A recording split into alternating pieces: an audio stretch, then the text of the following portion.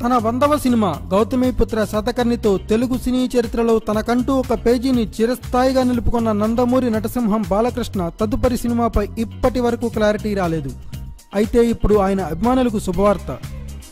ఆయన 101వ సినిమా దాదాపు ఖరారైనట్లు సమాచారం. ముఖ్యంగా ఈ సినిమా కృష్ణవంశీ డైరెక్షన్లో ఉంటుందని ప్రకటించినా దానిపై ఇంకా క్లారిటీ రాలేదు. దీంతో కృష్ణవంశీ స్థానంలో తమిళ దర్శకుడు కెఎస్ రవికుమార్ తెరపైకి వచ్చాడు. బాలయ్య కూడా ఈ కథకు ఓకే చెప్పాడట.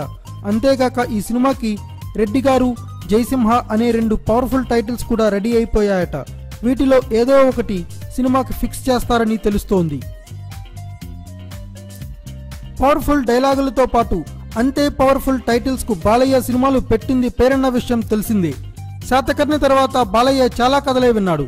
దాదాపు 1/2 డజను మంది కథలు పట్టుకుని రెడీగా ఉన్న బాలయ్య మాత్రం తమిళ దర్శకుడు కెఎస్ రవికుమార్కి అవకాశం ఇచ్చినట్టు తెలుస్తోంది.